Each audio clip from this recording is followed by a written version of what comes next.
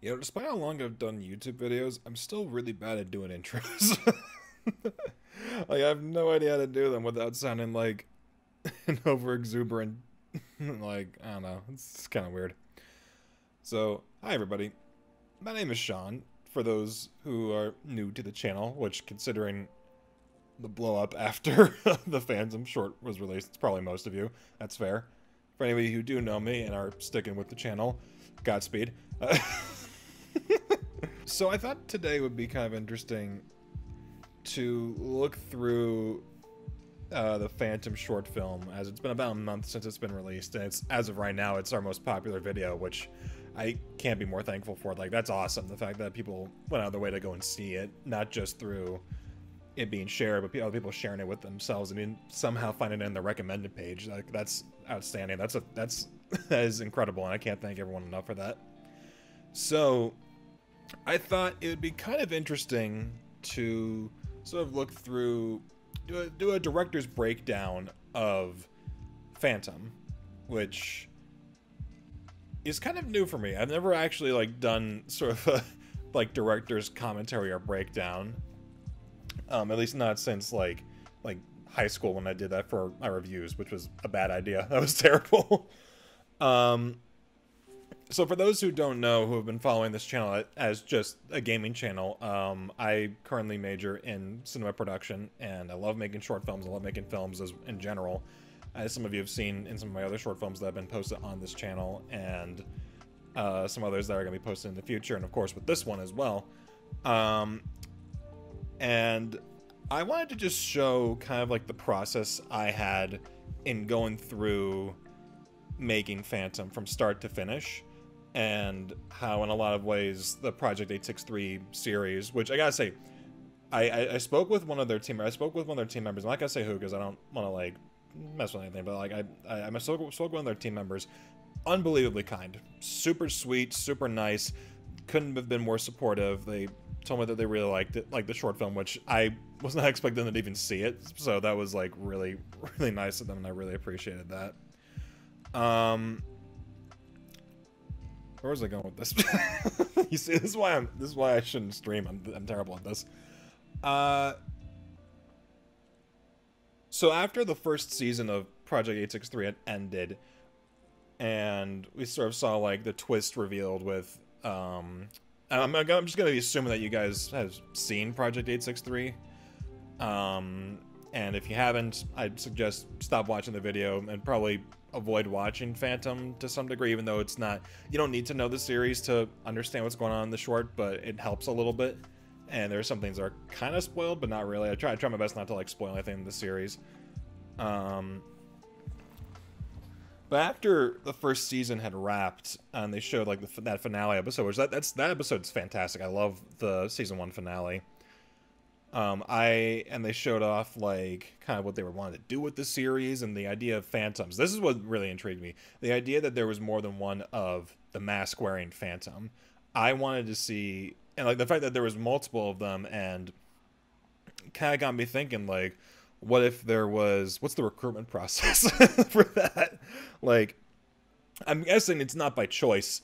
I'm guessing it's very much someone being forced into this and kind of being stuck as a result of it. So that's kind of like what sparked my interest in making the short, but what really kind of piqued, like what kind of sent me over the edge as far as like wanting to make this short, was when Matthias had revealed, sort of like in that period between season 1 and 2, had that the official soundtrack for Project 863, made by Michael Badal, is royalty free.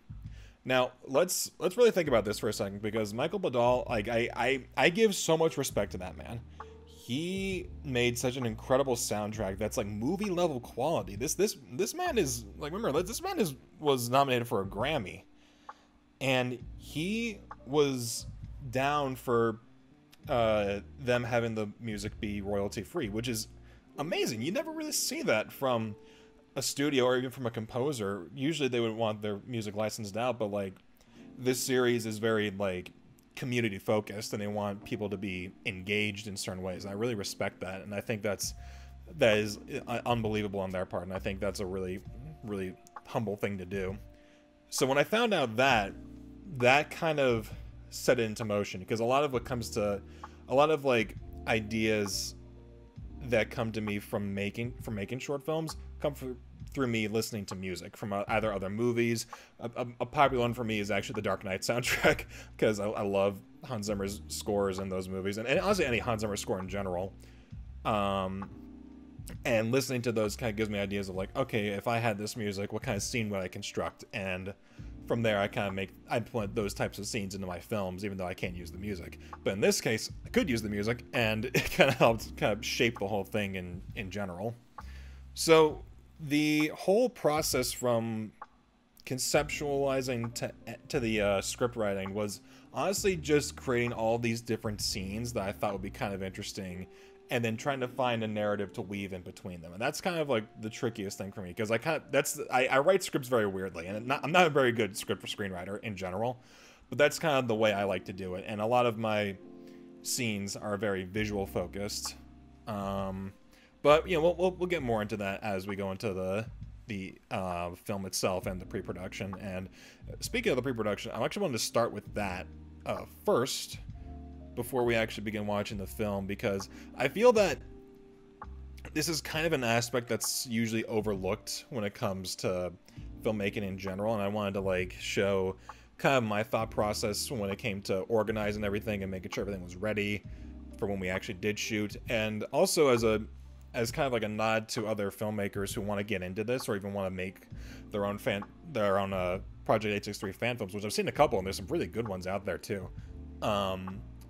And if they want to make their own, these are kind of the steps I took to make sure everything was organized, everything was pretty ready to go, and everything was at the level I felt comfortable with when it came time to shoot it. So obviously, first thing was the script, and I'm not going to do a whole script breakdown or read through because that'd be kind of boring. But essentially, this was, I think, probably my third draft of the script, because I only had like a few minor tweaks I wanted to do. But yeah, it pretty much like just establishing everything that's going on, and general, just like, you know, just my method of writing scripts isn't particularly conventional, which is both a blessing and a curse. It's a blessing on one hand because I tend to write a lot of actions. I'm very detailed when it comes to like the action, like cause like if you look at these like there's a lot of dialogue here, but if we keep going, like there's so little dialogue as it goes through, and you've seen that in the film as well. So I tend to be very like focused and detailed when it comes to writing what we're actually seeing in the film. But there's a problem with that, because it's easy to write down a lot of a lot of actions that have it condensed in a short span of space, because dialogue takes up a lot of space on a page in general, just because of the way it's formatted. But it's usually done that way because in most well-written screenplays, which this is not a well-written screenplay, generally the idea is one page on a script is 1 minute of film, ideally. I have never had that happen. Like this script is 4 pages. It is barely 4 pages, and it's a 12-minute film.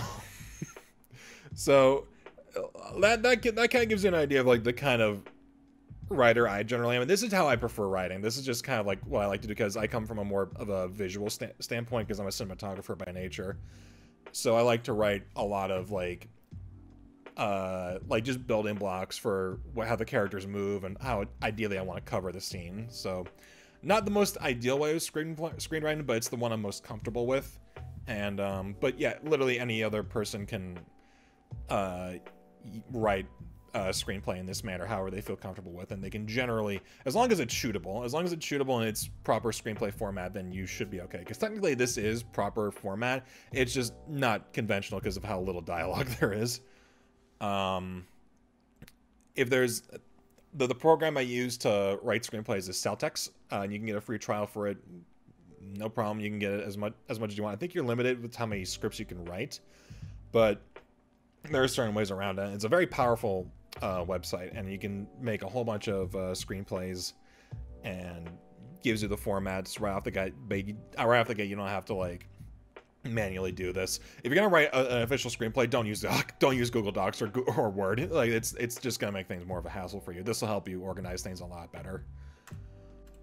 Yeah, so once that was pretty much set and done, once I had the script in place, then I created what is called the lookbook. And just as a general like thing, like a lookbook is very much kind of like your own personal presentation as to what the film is supposed to look like. And like obviously because it's a lookbook. And generally if you're directing something as well as writing it, you kind of have the best of both worlds because you know what you want it to look like, how you want it to be paced. So this pretty much like locks down everything you need as far as everything that you would want written down as far as like what's the theme, like here I'll go, like what's the synopsis of the film, like, and you can write something as simple as this. You don't need to like have a whole, unless it's like a long film, but like you don't need to have like a whole page of like descriptions for a synopsis if you're doing a short film. Stuff like how you want it directed, and stuff like, you know, because I talk about like how like whenever it's in the first half when it's the sort of investigation mode, showing, I wanted to like clarify it's like I wanted this to be showing Nathan's curiosity and how once his interest is piqued, he doesn't stop, he just keeps going. And when the figure arrives, then we show that even though Nathan has some resistance, he's ultimately fighting an uphill battle. So, you know, just writing stuff down like that, like just simple like notes as far as like how you want your film structured and what the general like idea or direction of your film is going to be. This just helps like organize everything. And the more you have it organized before you actually shoot, the better off you're going to be, because that's going to make things way easier. And it definitely helped me a lot when it came to shooting this. Metaphor and theme, I keep this usually just because, again, as a director, I'd like to make sure I'm keeping everything consistent. You don't necessarily need this if you're going to just shoot something really quick, but I recommend you do it anyway if you're writing it as well, just because that helps make the experience feel a lot more whole as a result. Then you write down your cast. I'm going to have to blur that out. I don't want people hunting Robbie down. This is my friend Robbie. I've known him since high school. Awesome guy. Awesome, fantastic actor. Extremely talented, and he was... Actually, I was happy. I was really happy that he wanted to play the lead in this film. He was fantastic. Also, another high school friend is Mike. He plays the Phantom. And a part of why I wanted to cast Mike in this role is because he and Robbie are around like the same height, but Mike is a bit more built, which kind of adds a bit more of like a physical menace to the Phantom in certain ways, which I thought kind of worked in this.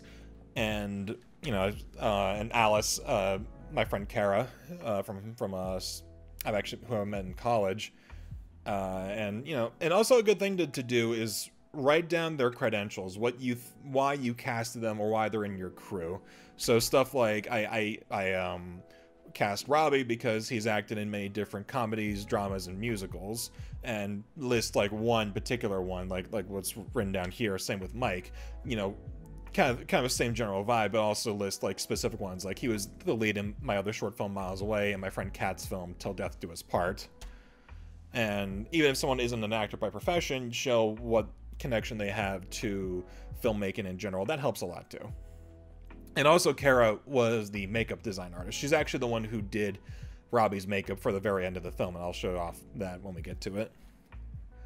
Costumes, again, this is a very basic thing. Like you'd probably ideally want to have a bit more photos of these, but I was just kind of like, okay, I know what I want specifically, and no one's doing a costume change, so I'll just keep it simple. And I don't know why this guy's on like a runway, but that's pretty wild. But yeah, just stuff like, you know, if your character is a janitor, you want him in a janitor's getup. If one of your characters is someone who works in an office, you know, get them a more of an office type getup. And the figure, I mean, this is based directly off of the show, so ideally you want to keep it like close to that. And thankfully they were the costume is not particularly complicated to make. The mask was a problem, and I'll get to that in a second, but the getup is very much just black hoodie, black pants, just all black, as much black as possible. Color palette, I did this just because, again, as a cinematographer, I wanted to just differentiate the different areas of the points in the film, just show, like, you know, certain areas have this kind of color palette when we have the lights on, you know, so it's softer and more rustic, has a sort of industrial feeling. And when the lights are off, it's a bit harsher, a bit more moody, and it feels a bit more disturbing. Location, I'll blur that out too. Location, you know, just post a location of where you're going to be filming, or ideally where you want to be filming, but, you know, always make sure you get permission to film there first, and always make sure you clean up afterwards. Thankfully, we had a small crew in this, so we didn't have to, like, really wreck anything, so that was really good. But, you know, ideally, promise them you're going to make sure everything's cleaned up and be as blunt with the people as possible that, hey, what we're doing is just working on, we're going to be working there for a few hours. Thankfully, the owners of this place, super nice, so they were totally down with us filming there. Editing, ideally, you'd want some examples of this, but since this is mainly for me, I kind of just kept it to the bare minimum plot points, and just saying like what the look and feel I wanted to be, what's the rhythm, what's the kind of idea I want to do with it. Kind of have it be rhythmic, because a lot of it's centered around the music as well, because the music plays a big part in it. Show off kind of like a raw energy type feel whenever it gets to the more intense scenes. Slowness for character growth, and fast for the intercutting. And the intent, I want, you know, you always want to just like write down what ideally your intention is as an editor. So you say like, I want the feeling of an emotional rush followed by a moment of slow realization, which is exactly what we get in this movie. Like, we get that fight between the two in the middle, and then a moment of realization after Robbie finds the vials, or even like at the end, like when after he gets stuck in the neck. It's this moment of like, what's going on? And then once he realizes what happens, then the editing slows down a lot. And so it's kind of having a nice rhythm. You don't want everything to be extremely fast, but you don't want everything to be super slow either. It's just finding that right balance between the two. Compositions, you know, this is for the cinematographer. Like, you just references from other movies that you ideally want to have, stuff that you would ideally see in your films as well. Like this one, this is actually from Zack Snyder's Justice League. This is when the lights are on, and you don't have to have it exactly like the reference. You can kind of do your own thing. This is just to give you an idea of like, okay, here's the kind of shot I want. And actually, I'll point out when we get to the shot in the film, I think it's like right before like that moment right before like the things start kicking off, when Robbie's cleaning the floor. And this one, when the lights are off, you know, harsher lighting, a lot of close-ups and medium close-ups to kind of emphasize the stress and fear for Nathan. This is from a short film that I shot called Hysteria. It's a horror film that my friend Kat directed. That's actually Kat right there. She actually acted in the film. She did a very good job in it. She's awesome. Kat, if you're watching this, you're the best. You're the best. Movement. I did this as well, just as like kind of a reference of like how I want the camera to be moving, what it's supposed to look like. It's, in this case, it's probably better to have a video reference on board. I referenced a lot of The Moth, which was a corridor short. Ideally, you can have more than one. This is just the one that kind of came to mind first, and, you know, just write sort of a different specific types of like lighting and movement you want to have for certain parts of the film. Oh no, we can't show that. Whoops. Okay, my bad. Lighting and color, again, same thing. I'm not gonna go too far into it. Like, you get the idea at this point. Sound design, you know, just write down specifically what you want, and then you kind of go with it. And then the score, I wrote this down just because this is part of the main reason why I wanted to make this film, because it's royalty free and I can make it and we can use it, and I'm glad it is royalty free, because that music I think helps this movie tenfold. If I just went with stock royalty free music, like just regular stock music, I don't think this film would have worked as well as it did. So yeah, I mean, that's just kind of like just a core idea of like what the lookbook can be. And just some other stuff to help organize, like just the shot list. You know, this is just to help me say like, okay, here's the coverage I want to get for these scenes. What's the shot size, the movement, what lens am I ideally going to be using, and kind of a description of what we're seeing in the shot. I'm not going to go too in depth because like this is, you know, it's a shot list. You're basically just making a list of shots you want to get.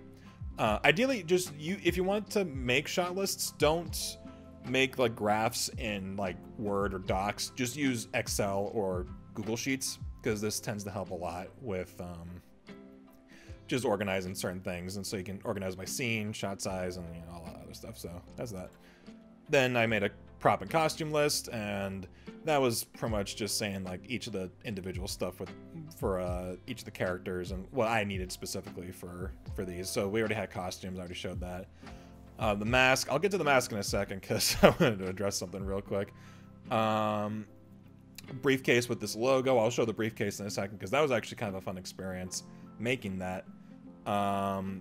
Black cell phone crowbar. I had 2 crowbars that we had, and I'll describe the kind of difference between the two.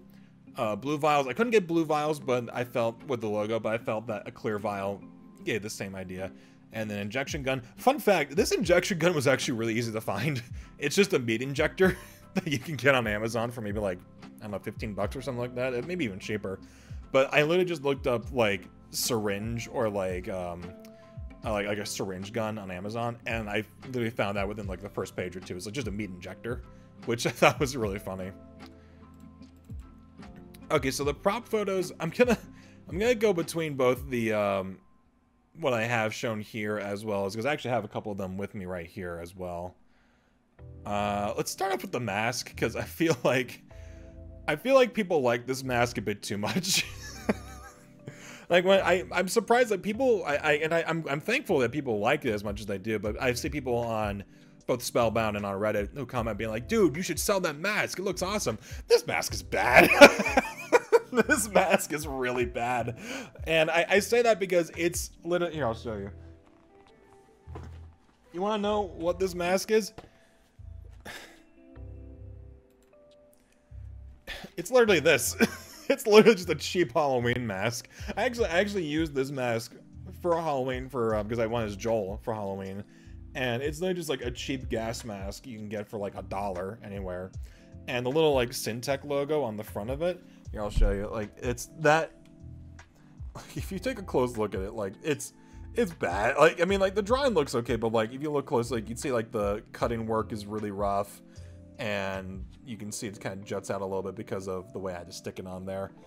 But yeah, like it's not a particularly good mask. And the reason I'm saying that it's not a particularly good mask is that if you look at it in person or up close, you can tell that it's a really cheap mask. But I knew going into this that while we were shooting it, because of how I was going to light the characters, you weren't really going to be seeing a whole lot of detail in this mask to begin with. So I was okay with having it sort of be a bit more like cheap looking, and you didn't have to like make it super like as complex as the show's mask, because that mask is gorgeous. I know for my next short, which is if it's gonna be a sequel to this, I want to get like a better quality mask for that. But yeah, so that was actually originally the idea I had, because originally I was gonna have the vials on it, but when we got there on the day, these vials just kept falling off and kept breaking. They're glass vials, and after we tried it on the first time while we were there, because originally it was working fine, but when we got there and we had Mike try it on, it just fell off, and I was like, okay, I'm not gonna have my actors fighting with potentially broken glass everywhere. That's not fair to them. That's gonna hurt someone. So we just got rid of them, and I didn't think it was too much of a problem. I thought it was fine, even though it would have looked cool. And the lights. So the lights, there's a really funny story behind this. The lights are legit. Oh my god. So the lights, I originally wanted to try to find the circular kind of lights that they had in the show, where it kind of goes around the person's eye so you could still see it. I couldn't find something like that in time for when we wanted to shoot this. So, you know, there's me wearing it just as a test, and I again, sort of what I was talking about earlier, like, because of the way we're lighting it, you're not gonna really see that much detail. So I was fine with it kind of looking a bit cheaper. But when it came time to put in the lights inside of the like the eyes, I couldn't find the specific one I needed, so I resorted to this.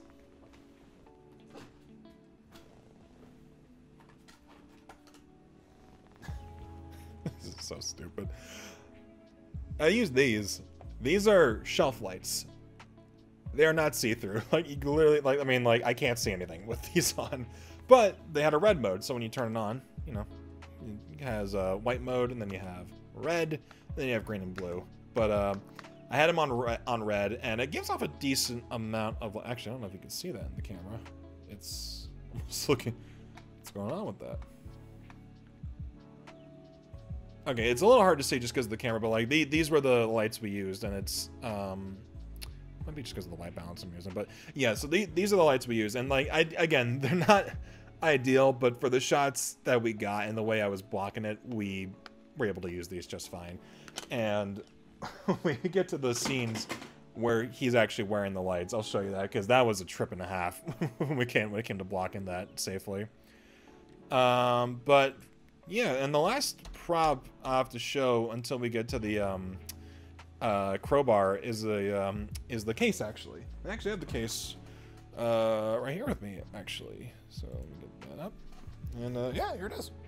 And again, like the paint job on this isn't particularly great. I mean, like I literally just went online. I got just like a standard like just lockbox because I knew that's what I needed, and thankfully it had like foam stuff in it. But when I got it, I just spray painted it black, and then with some white paint, I just did a couple different coats of the Syntec logo on it. And when you look, oh no, okay. That was embarrassing.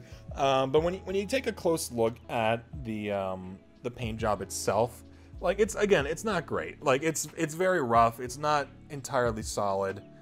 But again, the way I was shooting it and the way from what we were going to see, I didn't mind that too much, just because we weren't going to be seeing it in that much detail. From afar, it gives you the idea that you're looking for. If we were doing like real close-ups, we wanted to see like the details of it, then yeah, you'd probably see a lot more of the faults in it. But for this, I was fine with it looking a bit rougher. And yeah, this is sort of like some of the stages I did when it came to making it, and yeah, that was just everything kind of put together in the end. And they're the two crowbars. I actually did get two crowbars for this film, and we only ended up using one of them. This is actually a real one, and surprisingly cost less than the foam stunt one. Which this foam stunt one we actually used throughout the whole movie. We actually did not at any point need to use the real one, because I actually got the real one in case we wanted to get some like close-up beauty shots of it, but this one ended up looking real, actually a lot more real, and added a kind of a unique shine to it that we ended up just using it throughout the whole film, which I'm happy about. I think that actually turned out working pretty well. But yeah, I mean, that's pretty much it as far as the pre-production goes, and if that was boring, I apologize. But that was just sort of what I felt was needed when it came to conceptualizing the film, and when it came to actually putting the stuff together everything I needed to actually shoot the film. So with all that said, we have ourselves the actual movie, which I am going to do a little bit of a director's commentary with. I'm gonna be stopping a couple times throughout just to describe a few things, and also I have the Premiere file loaded up as well, and some extra raw footage that I thought might be interesting. But anyway, here we go. Yeah, let's take a look at this.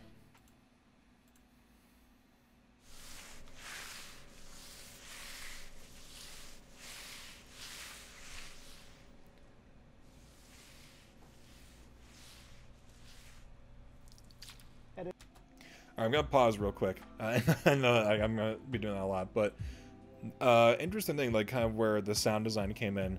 All those sounds of the mop sweeping back and forth and that little bit of like splash at the very end, that was added in post. That we actually did not get that initially on set. Well, because while we were filming this, the sound we kind of got was just kind of sounded like rubbing, and that wasn't really the kind of sound I wanted. I wanted something with a bit more punch to it. And if we look through, let me see. Yeah, we kind of show the certain bits. I wanted everything to look, everything to just sound the way it looked. So the mop had this sort of like, kind of like both rough but also wet sound to it. I wanted people to kind of listen to it and be like, ew, and which thankfully they did. It was like, all right, awesome, that's actually working really well. And also sort of my philosophy when it comes to filmmaking in general, and like at least like when I'm in charge of a film, is I want to set up who the character is and what they're doing as fast as possible. And ideally, because I don't want to waste time whenever I'm making a film, or like whenever I'm showing a film, unless it's like to add suspense to something. I just want the film to be as I want to kind of get to the point is ideally what I usually try to do. And when it came time to picking like how I wanted the film to start, I wanted to introduce Nathan as quickly as possible. So it's like, okay, so he's a janitor. So what would he be doing? What's the first thing we should be seeing? We should be seeing him mop the floor. We should see him do his jobs. That way we know who he is, what his job is, and what his connection to this place is. So everything kind of makes sense in that regard. Also, just a quick aside, this is not... everyone was assuming that this was Wes from the show. This is not Wes. I completely forgot that his name was Nathan as well. I just picked Nathan. As soon as I found that, I was like, ah, damn it. I was like, ah, that sucks. But no, this is not Wes from the show. This is a different character that just takes place within the same universe as Project 863. None of the characters at any point, at least as of right now, I don't know how the team is really handling like fan creations as far as like if they're canon or not, because they try to treat everything as canon as possible. But like ideally, in the context of this is just a side story that, if it is canon, doesn't really affect the main story, and if it's not canon, it's just a fun side story that happens to take place in the same universe.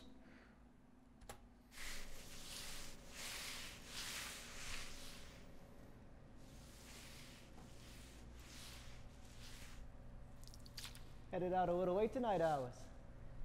Yeah, it's Friday. You know, the work really piles up by the end of the week. Not too busy on my end. Y'all keep this place as filthy as I clean it up. Yeah, this again, dialogue is not my strong suit, so it's very much like, it's very exposition oriented. Like, who are these characters and what's the relationships and what are the relationships to each other? And again, it's very on the nose. I'm aware of that, and I thought to myself like, okay, I probably could have written this a bit more uniquely or with a bit more engagement, but ideally, this, again, opening is just to set it up, and this doesn't last too long. This is like the first 30 seconds of the film, which I think is, in a 12-minute piece, I thought was like, okay, we were kind of getting past that. Sorry, Nathan. I'm just messing with you. Have a good night. You too. Tell the kids bye. Will do. Everyone. Okay, so funny thing. When I showed my girlfriend the script for the first time, like the final draft of the script, and she read that line of like, tell the kids I said hi, she just went, so was that was that your method of trying to make us feel bad for Nathan, for the main character? And I was like, yes. Him having kids really doesn't affect anything in the story outside the fact it's like, oh no, he's a father and his kids aren't gonna have their father anymore. It's like, yeah, it doesn't add anything, but it's just kind of like an attempt of like, we should feel sorry for this guy because we know what's gonna happen to him is not particularly great. But yeah, again, just kind of establishing as much as possible, because even then, like, the more I think about it, the character of Alice, like Kara, because Kara's fantastic. I don't love her to death in this film, but the more I think about it, like the character probably didn't need to exist, but I wanted just one extra character to kind of help sort of balance everything out, because I didn't want to just start with Nathan just doing his job and nothing else. I wanted to show some level of humanity towards him before events kind of kicked off, because ideally we could have just cut straight to him doing his job or him finding the briefcase a lot sooner, but I just wanted like that extra scene of adding sort of like this level of humanity towards him so we can kind of connect to him to a certain degree.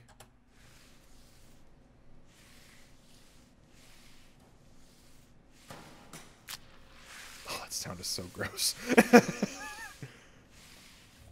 So again, going back to what I was saying with the lookbook, that shot from Zack Snyder's Justice League of the janitor, that this was the shot that I wanted to kind of capture in that. So again, like, it's not in the exact same shot. Like, the shot's way closer in on him, and it's not moving at all. But again, you use that just for reference more. So you don't try to be like, I want to copy this exact shot. It's like, no, just use it for inspiration and just like, okay, here's what we want to do with it ideally.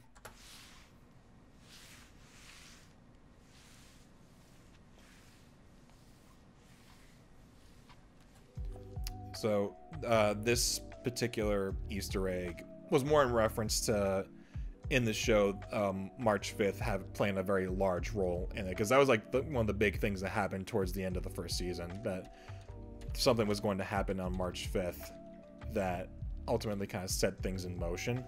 Ultimately, like, I think set the events of the final season kind of in place.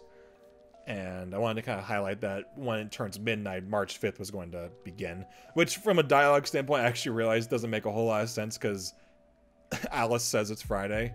But you get the idea. You know what we're doing. And also another thing I thought was interesting. I'm surprised no one noticed this. First of all, that's not an industrial clock. That's just a regular clock I happened to find that gave me the shot I wanted. Just, again, to establish that the time is going. But also, a funny thing, if we look back at these two shots, I'm surprised no one noticed this. These were not shot at the warehouse. These were actually pickups I did in my basement. Because I knew when we were shooting this, I wouldn't have enough time to actually sit down. I mean, but while we were shooting, while I had the cast there, I wouldn't have enough time to get all of their coverage and get all of the inserts that I needed before wrap time. Because I didn't want to have them stay there longer than needed. So I was like, okay, I'm gonna put a note in the shot list that I'm gonna get these at a later date because I know I can recreate these pretty easily. Because, you know, it's not fair to the cast and crew to make them wait longer than needed just for a shot. Which, I'll say this to anyone who wants to make a fan film or just a film in general. Your peers and, like, your cast and crew are doing a favor for you.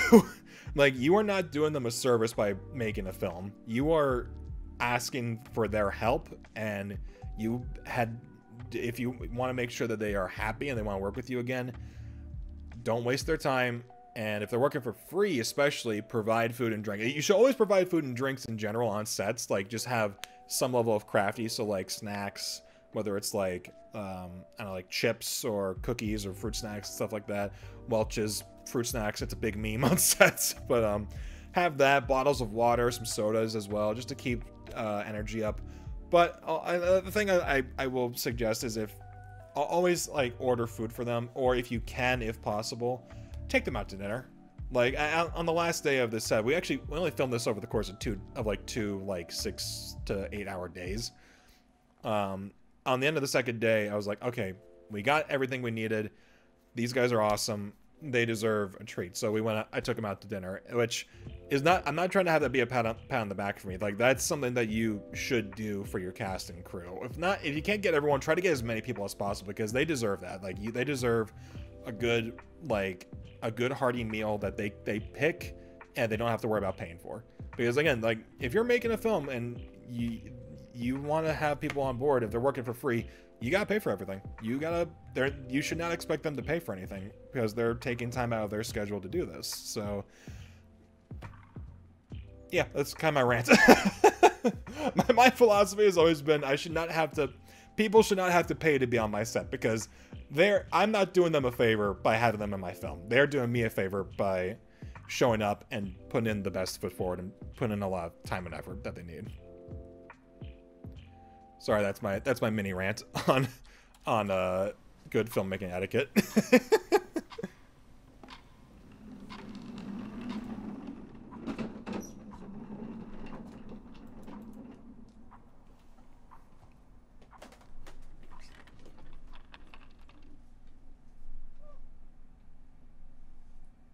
So a part of why I wanted like these opening scenes to be a lot slower, and I mentioned this in the editing portion, why I wanted to be slower, is to help sort of build up the mystery.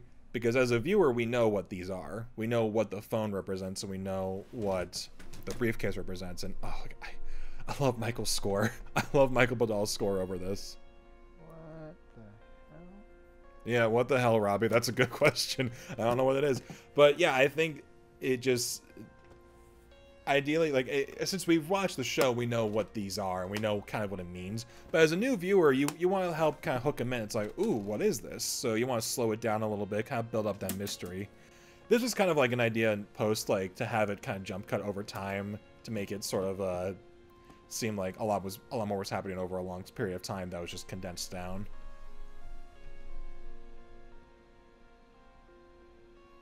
God, I love the soundtrack. I love the music so much.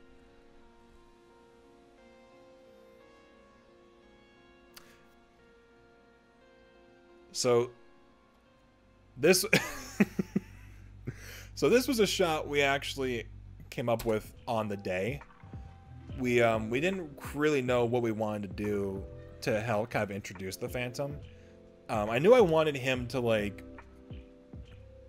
kind of sneak by, but I didn't know a way to make that kind of keep the Phantom in secret while also making him a bit more, while also showing that he's in the building.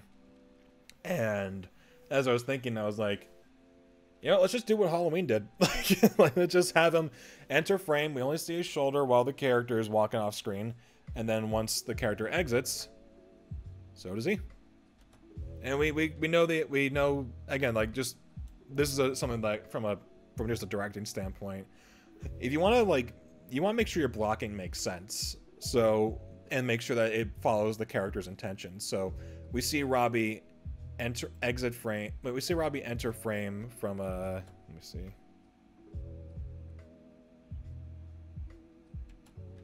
So we see Robbie enter frame from frame left here. So that implies that's where the door is. That's where the closet is that he found the briefcase. So that's where the briefcase is. Then we see the Phantom enter from, you know, frame right, kind of implying that, okay, that's where the entrance to the building is. So what is the Phantom's goal? We don't know, because he's like, oh, he's here. Who is this guy? What's he trying to do? We know he's not going after Robbie, because he's not going after Nathan because he's not chasing him. He's just staring at him. So what's he trying to do? Uh-oh. He exits in the direction of where the briefcase is. And no, that sounds like really simple. That sounds really basic. It's a very simple set of blocking. But, you know, those are just like kind of little things at least that you should try to think about whenever you're directing a scene. It's just like, okay, are the character's intentions being shown just through the blocking alone? You don't need to have the characters say, I'm gonna go get a crowbar. Or you don't need to have Mike enter and be like, ha ha ha, he's gone, so now I'm going to go and get the briefcase. So it's like, you know, you establish that just through their movements alone and where their positions are. So that helps kind of even things out a little bit. So that's the foam crowbar, and we just added that. I just added that little sound effect that just to kind of help sell that, like, okay, maybe it is metal. Hello?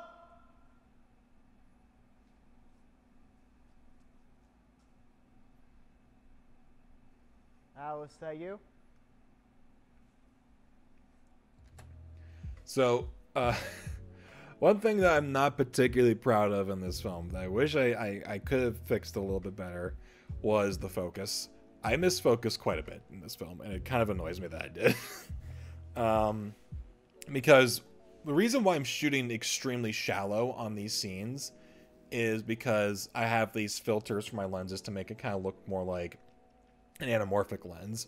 And what that basically is, for those who don't know what an anamorphic lens is, an anamorphic lens kind of gives you a real anamorphic lens films your footage in a wide aspect ratio. So what we're seeing now, but those are really expensive. Those are really hard to come by. So on my regular lenses, I bought a filter that helps kind of shape the bokeh in the background to kind of look more like an oval, like an anamorphic lens usually does, and also gives lens flares, as we'll see when the lights turn off.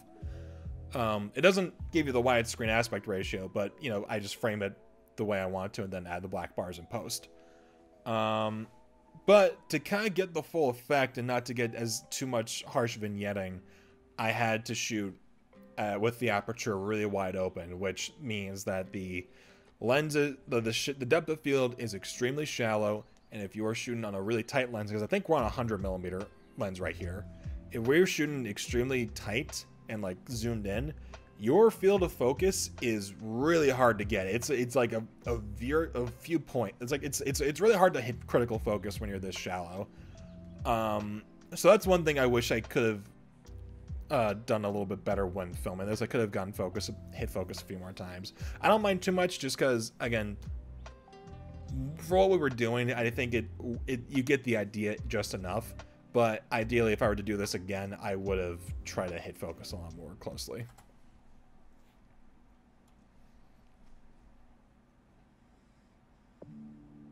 Oh no.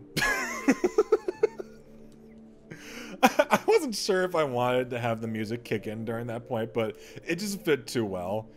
Even though it is a little goofy, where like we see the briefcase is gone and it just goes like boom.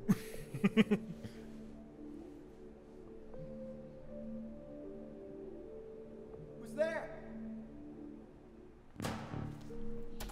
So that was actually, that lighting effect is actually a really simple thing to do, because during this part we are actually just, I have my friend Travis, who also produced the film.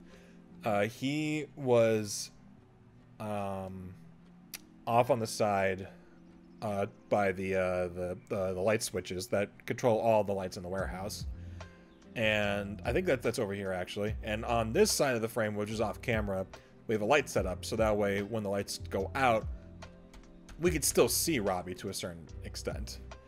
Now, when you're shooting darkness, you ideally don't want it to actually be completely dark. You want to have enough lights in the scene to where you can still see the main character, but it implies that everything's super dark. So, and that it can even be as far as like having certain bits in the scene to help imply where's the light coming from. So right here we see that there's a light coming off of Robbie's left side of his face, and the thing that we use to motivate that is this open door right here. And you know, it's stuff like that. And ideally you don't need to have a source light or show where the light could potentially be coming from, but stuff like that kind of helps sell why in certain films when it's dark but there's just this blue light everywhere kind of thing, kind of helps like even things out a little bit. Uh-oh, he cursed. I'll get to that in a second. I have a small rant about the cursing, but like I understand the complaint, but I'll get to that in a second. Let's just enjoy these lens flares. Oh, I've wanted to incorporate lens flares in my films for so long. I've only done it once, and that was in Infiltration, and they looked like shit because I couldn't like line it correctly. Just because like, okay, the way like lens flares usually work is if you're going to add it onto a lens that doesn't have those type of flares built in. The cheapest way to do it is literally to get a piece of fishing line and put it in like vertically in front of the lens or even behind the lens. But you gotta make sure you have it as vertical as possible, because if it's slightly off, then your perfectly horizontal flare is gonna be on a bit of an angle. So you want to make sure you got that correct. But yeah, I love the way the flares look in this movie. I think this worked really well. Don't even try it, bud.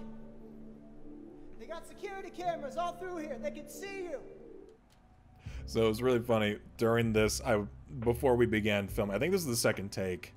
I told Robbie, "Hey, try your best to kind of aim the light a bit more towards lens. You don't have to like shine it directly, but just a little bit so we can get that flare. Because I want to flaunt it as much as I can."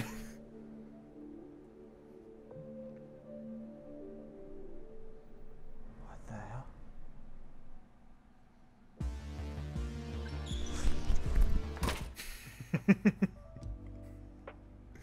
Again, that would not have worked as well without Michael Badal's score. Because like I'm thinking like if I'm watching this scene without the music, it's kind of goofy actually. Like hang on, I mean I can actually try to load up the project file and show what it looks like without the music. Give me 1 second. Okay, so here is my Premiere timeline, and to give you kind of an idea of what it looks like, this is how I tend to edit most of my shorts or even my reviews and stuff. Is if I'm shooting a film that I know has multiple scenes that need to be intertwined but don't need to be on the same timeline, what I'll do is I'll set them apart by sections, or in this case by sequences. So scene 4, which is this scene, I basically just put everything into this entire section, which is just all of the editing, all the edits, all of like some key sound effects, some bits of sound design. And it's not the most, again, like this is not the most like professionally edited scene or anything, but like this gave me the kind of like look and idea I wanted to have. But once I do that for every scene, I kind of put them together on one main timeline and then do my final audio pass for the rest. And that's where all these, that's where all these like bits and pieces of audio come in. And some scenes you can actually do that with, depending on like how connected they're supposed to be. I will just kind of put them in the same timeline, because scene 5 and 6, scene 5 is Robbie coming around in the corner and then getting the message, and scene 6 is them fighting. But because it's kind of like intertwined into one section, I just put them in the same sequence. Like, you don't need to have it be entirely scene by scene. It just, if it's in the same part, then they need to be intertwined a bit more closely. I just put them in the same thing. And the same thing with the last 3 scenes, because of how interconnected these guys have to be. But for scene 4, let me see. So, without the music, I think, let me see. What part did the score come in? Oh yeah, right here. So if we just mute it.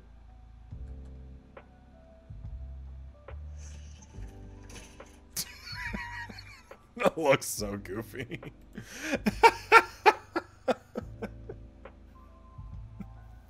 I don't know why, just like, he shows up, it's like, as soon as the light comes on, it's like, ooh.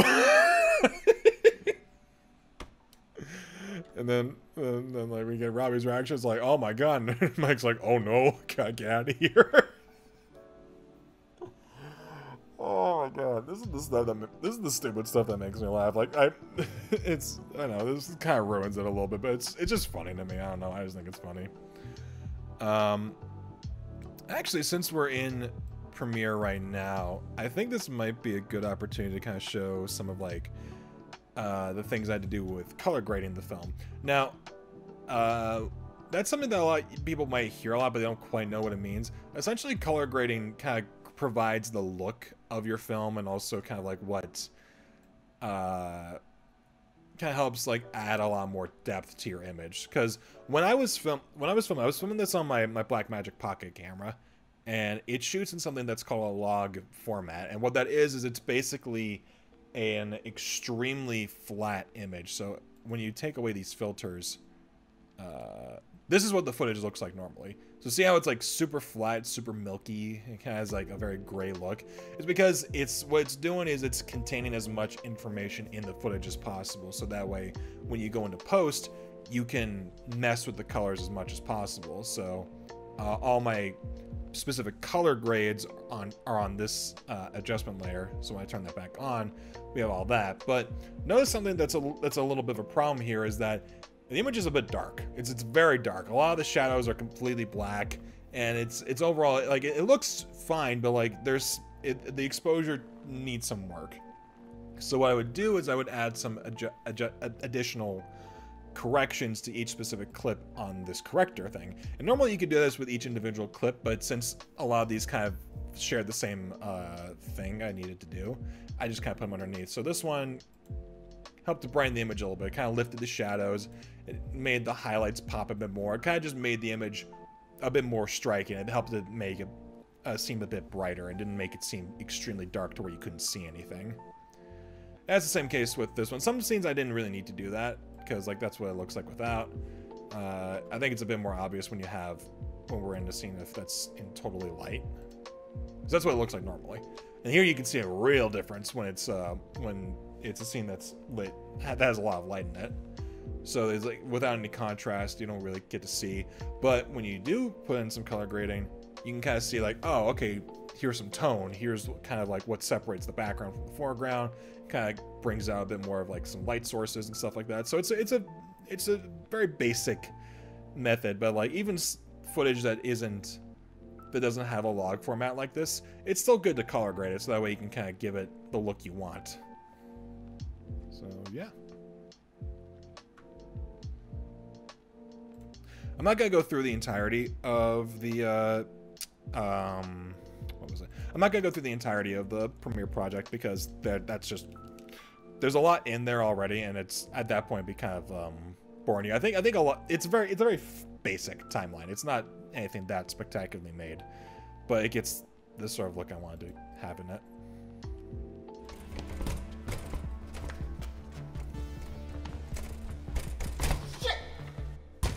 Robbie, watch your language. I'm sorry.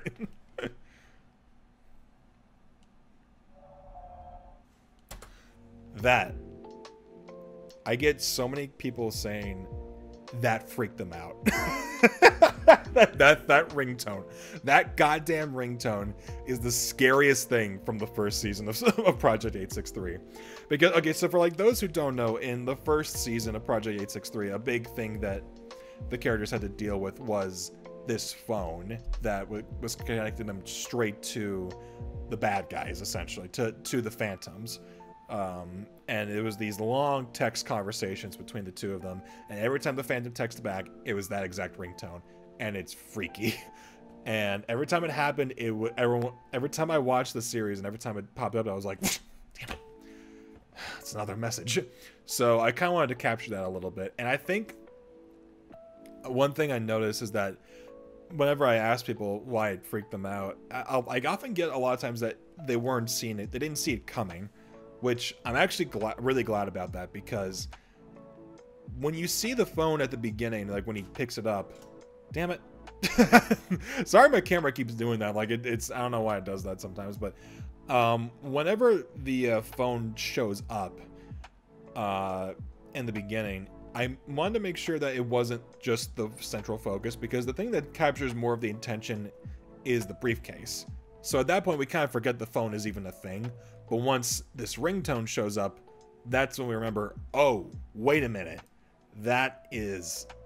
there was another part of this. Right, the phone. Oh, no.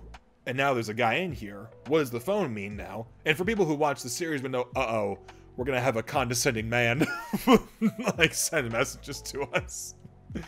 But... yeah, that's one of all the things. I think that's one of my favorite things that people have. Well, my favorite reactions I've gotten when people responded to this film was the fact that when they first hear the ringtone, it freaked them out.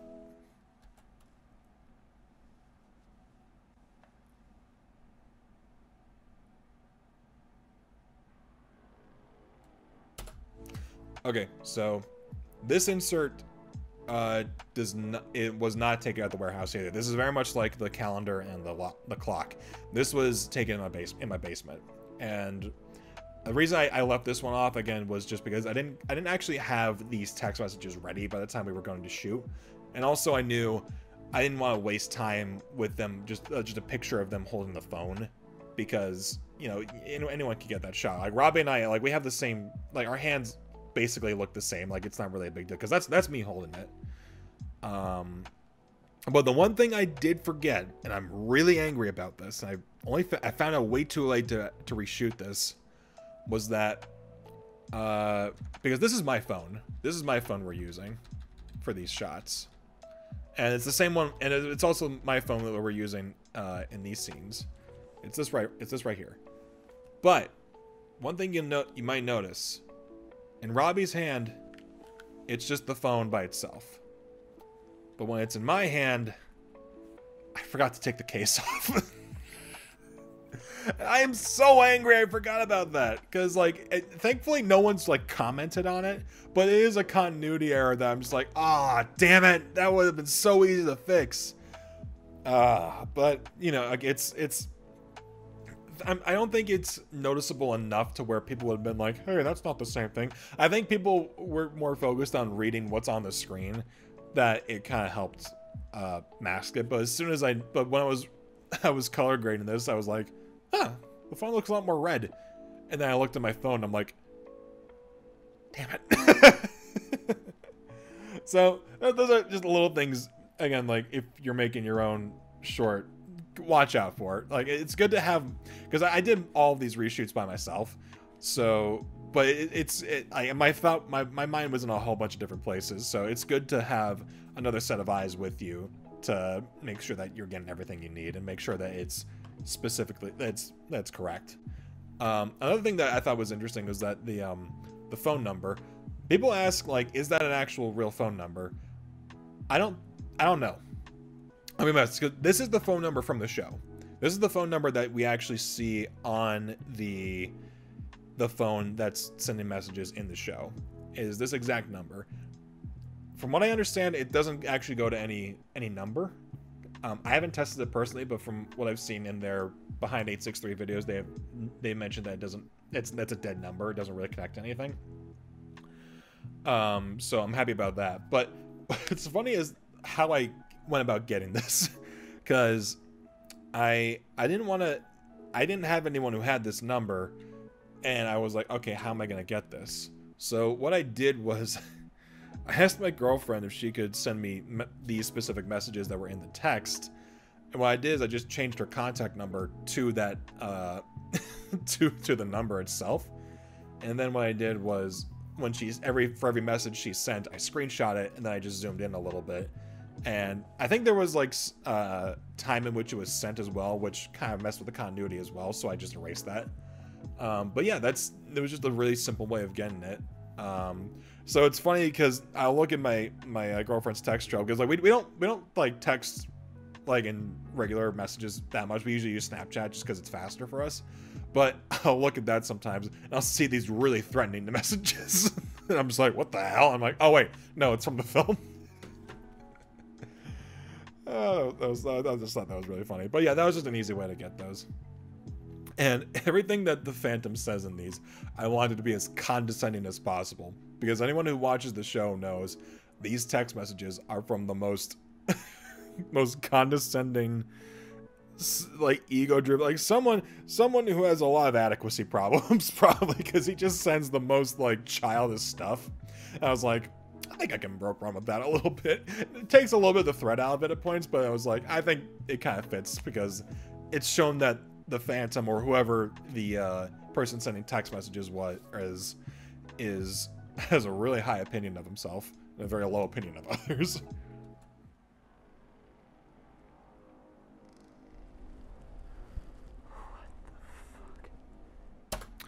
Okay, so I'm gonna address the one thing that of all the things, like I'm surprised at how little complaints I get about this film in general, because I whenever I watch my work, I tend to get I am very picky about my own work, and I try to make sure like everything I watch, I nitpick the hell out of everything. I even want to rewatch this a couple times, I'm just like, oh, I could have fixed that and stuff like that. But the one thing I do seem to get a lot of flack for, and I understand it to a certain degree, is the cursing. That is one thing I think is something that definitely caught people off guard. My thought process in terms of excuse me, when it came to writing this was the fact that it was kind of its own separate thing, and the fact that it was, because what makes the lack of swearing in the show a bit more compelling is that the characters are self-aware. Like, they know they're filming something, which helps them being like, oh, we don't want to swear in front of the audience. In this case, the fact that it's a film and the main character doesn't know he's being filmed, like, it's just ideally, like, in the world of the film, there's not a camera following him. It's just it's just a story that's happening. So I thought, like, okay, if I wanted to ground this, he would probably say what the, like, right there. I'm not gonna curse because I don't want to like make anyone upset about that. But so I can understand why it would catch people off, because the show never quite reached this level of cursing. But I will contest that, because that the level in which this film reaches cursing only very slightly exceeds the show at points, because they do say okay, a curse warning, they do say shit every once in a while. Like, they'll censor it, but they do say it every once in a while. And you'll have stuff, and like there are scenes where, like, I think in one of the We Are 863 videos, like Matthias literally starts off by looking at Woods and saying, you really piss me off, you know that? And stuff like, even like the most recent one, like, actually, what's the day today? Today's the September 4th, so the episode where they were looking through the Mountaineer and found the map underneath the hood, there's literally a bit where Sam flips off Matthias, and it's a joke, it's funny. So in my opinion, I felt like the vulgarity wasn't really a problem. I didn't have a problem with it personally, because I felt like, okay, I felt we were kind of past that in terms of like relating the series to just family friendliness, because at least to me, Project 863, anyone can watch it, but it's definitely, I feel personally, it's a PG-13. I don't think it's something that little kids could really get into, which is why I'm okay with having my lead drop the F-bomb. And it doesn't, I don't really have him go any further than that. I don't have him pull a Logan, like the movie Logan, and have him like drop the F-bomb every 5 seconds just because we have that R rating. I very much keep it within the PG-13 realm. So, again, like for people who watch the series and know how little cursing there is, I understand why this was kind of a shock. At the same time, I don't quite agree with people who are saying like you should really put an explicit language warning at the beginning of this, because like it's not that bad. Like it's not that far off from what the show has done at this point. But again, like if it shocked you and you didn't like it, that's fine. But I don't agree with a lot of the reasons people have given me. But if it does help to a certain degree, at least in the sequel I'm writing, as of right now, I don't have any characters like cuss. Like as of right now, I don't have anyone cuss. It probably will happen just because my East Coast self can't help it. I'm gonna blame that. I'm gonna blame the East Coast. They raised me wrong. No, but I'm not gonna. As of right now, I don't have any like explicit language in the sequel I'm working on.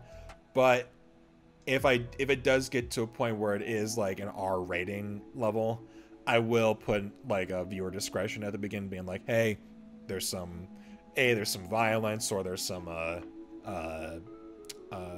intense themes or intense language. I'll do that. But for this, I didn't feel the need to do that because I didn't think it was anything above what you'd see in a regular blockbuster. Like it's the same level of cursing you'd see in one of the X-Men movies. Like I don't think it was that bad. But for those who had a problem with it, I apologize.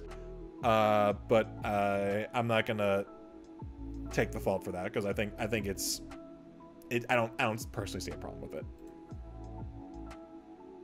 Sorry, that was my rant.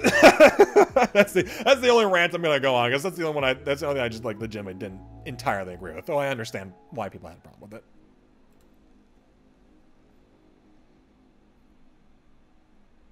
This you?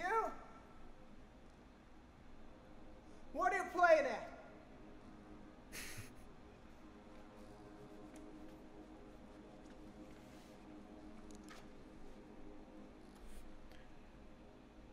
So, funny thing, there was a scene that I actually scrapped from the script, because that's something that I tend to do a lot whenever I'm writing my or whenever I bring my films, anything I write and I bring it when we just begin shooting it. There's a lot of times where either on the spot I'll just cut out a scene, or I'll add one back in, because at least on the one I did before this, Miles Away, there was a scene. There's a scene that I cut just because I felt it wasn't really needed, and a scene I added because I knew I needed to include something during a specific part, which is not the most ideal thing. You shouldn't do it all the time, but if it's something that you could get pretty quickly and without having to be a problem for anything like that, there's no problem in getting that.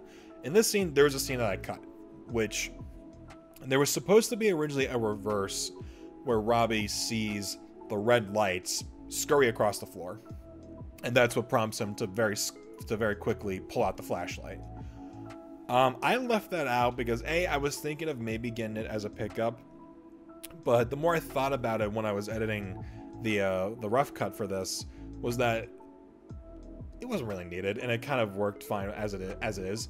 And personally, I felt that the red lights worked a lot better when you see them at the very end, because like we don't see the red lights until the very end of the film, which I felt personally was, at least for people who've seen the show, was a better reveal.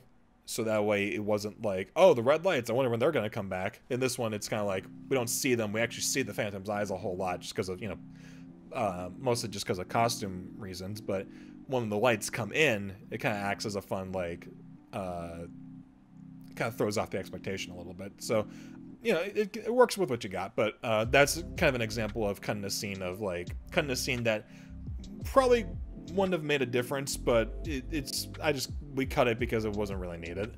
Yeah, and I think it's a good thing to kind of get, like, learn to do. You don't want to do it all the time, because obviously you want to try to shoot as much of your script as possible, but in my opinion, I don't get too attached to my scripts because I know it's going to be changed pretty heavily by the end anyway. So if there's a scene I know doesn't really add anything or doesn't need to exist or something I need to add back in, either cut it or add it back in. Like it's, I think on the spot you can, depending on what it is, obviously. If it's like a quick line, that's no problem. You can do that really easily. But if it's a whole like we're gonna have a shootout kind of thing, like you don't want to do that because that's gonna add more time and possibly more money or trouble to your production.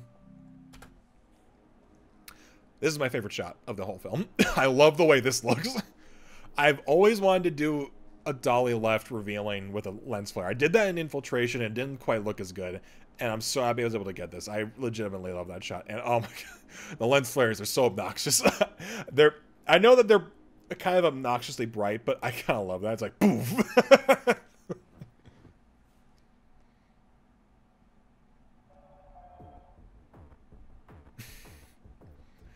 And I liked, it's kind of like, again, like, I think, try to think ahead as far as, like, what sound should be playing during parts of what it should be cueing for certain musical pieces. Because I didn't quite have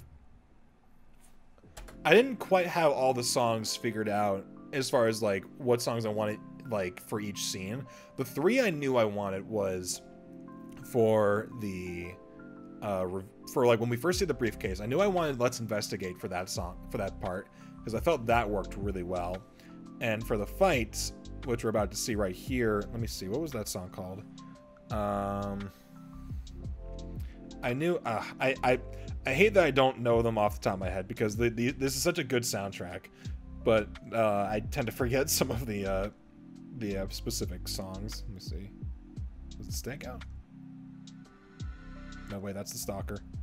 Although the Stalker was one I knew I wanted for the very end, because I knew I wanted that to be like the scene that where he gets like where he gets turned into the Phantom, and also the part where the song, what was it?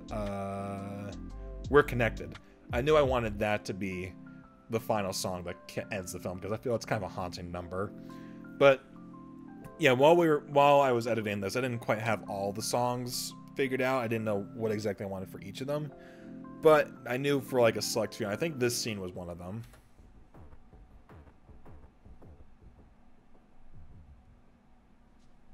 What? Oh my god!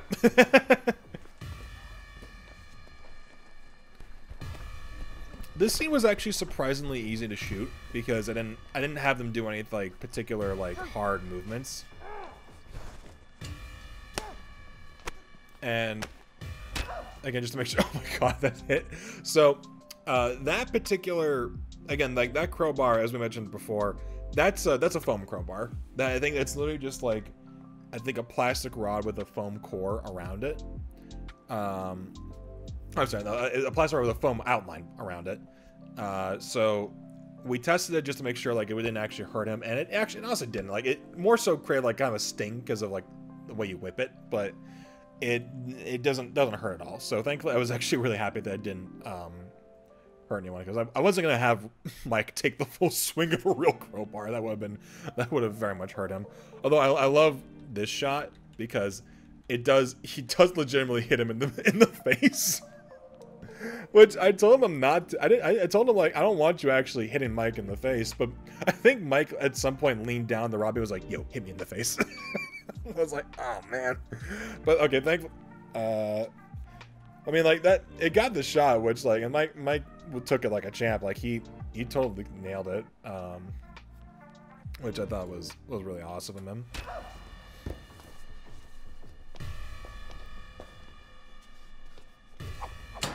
Anime.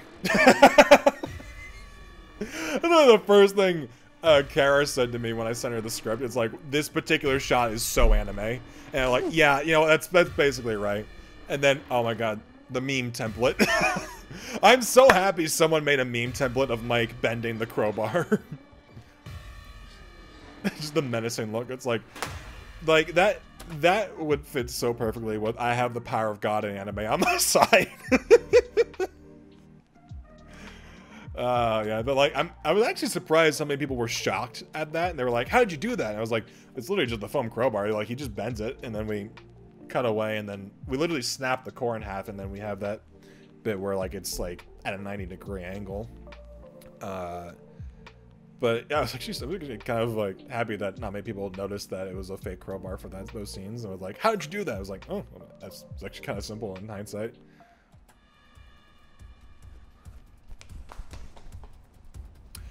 Okay, so this is the only bit in the entire film where I didn't have Michael Badal's score. I tried to fit as many different like songs from the soundtrack as possible into this chasing bit, and I just couldn't find one that fitted specifically.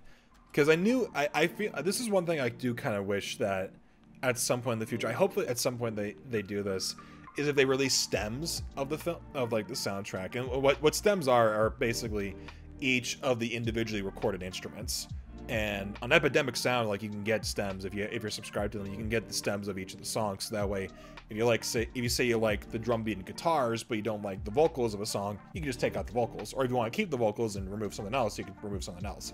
For this, I feel like there are certain drum beats that fit that specific scene perfectly, but other bits that kind of take away from it from that. And it's not the soundtrack's fault. Like, it's more so just like the style doesn't quite fit the particular movement we had for that. So I literally just wanted Epidemic and found just like a standard drum beat that I felt worked for it.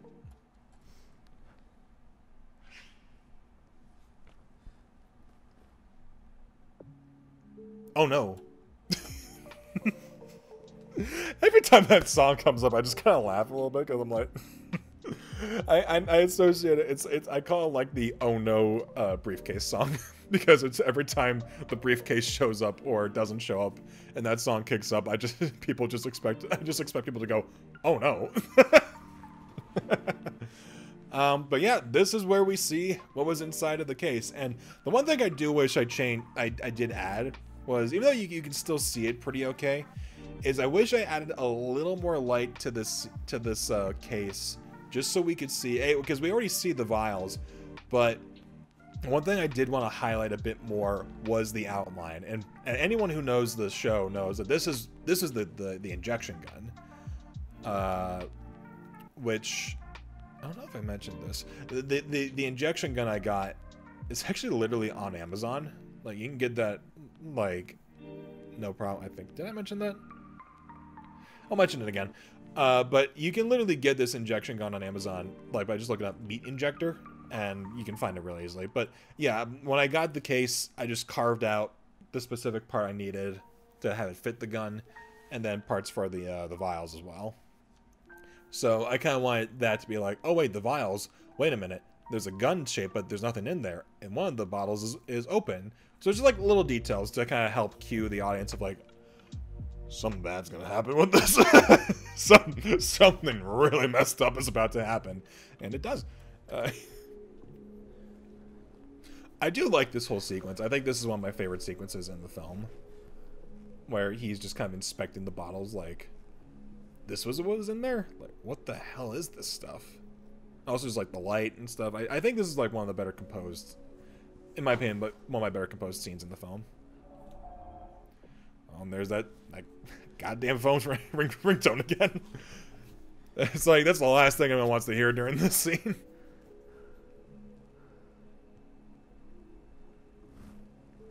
It's so condescending.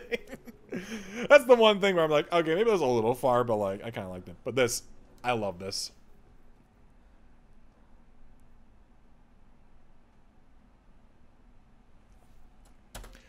I love that reveal, and I'm so happy every time. Like, outside of the phone ringtone, I've had a lot of people say when the red lights come in, it freaked them out, and I am so happy for that, because that's the exact reaction I want. I wanted it to be slow.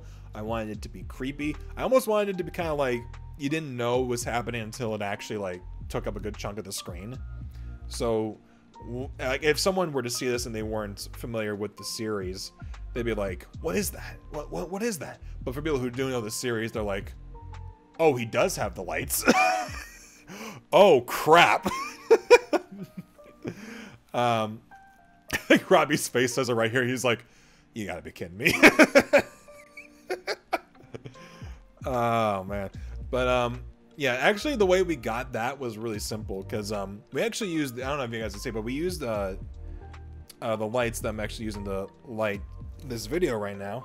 I'll show it up. Because I got my blue light right there and I got my orange light over there. And essentially, like these lights can change colors.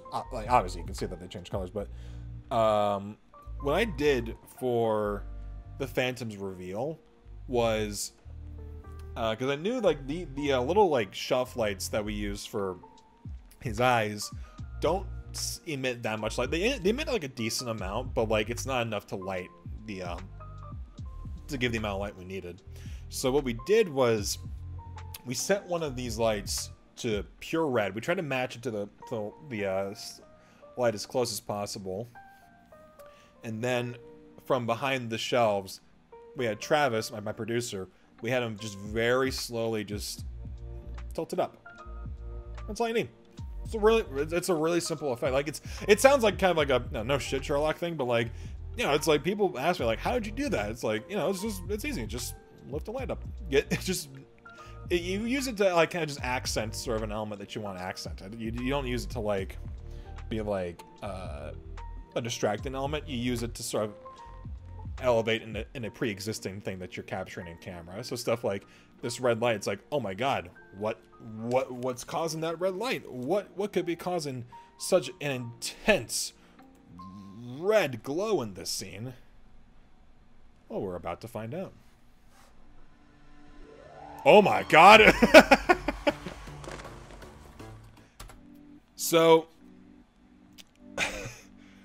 I'm gonna be skipping around a little bit during this scene. I'll play it out in full, but this scene, this was probably the hardest scene to shoot. This last chunk was probably the hardest part of the entire film to shoot because we had to have a red light on Mike at all times because again, these lights don't emit that much light. They're not very bright. So what we did was anytime that the Phantom was on screen or even was looking at something, we just shone the red light aiming at it. And obviously like it doesn't quite make sense here because his whole face is red, but like because you see the red lights, it kind of gives the idea that like, okay, his red lights are really intense and they're causing this glow. But this did result in a problem. Remember back when I showed you those lights? They don't have holes in them. You can't see in those when you have them on. And those are literally... Hang on, I'll just show you those.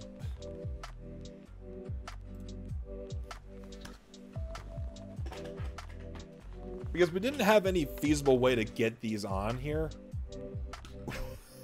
So, it's literally just... the lights pushed up against the lenses. It's so dumb.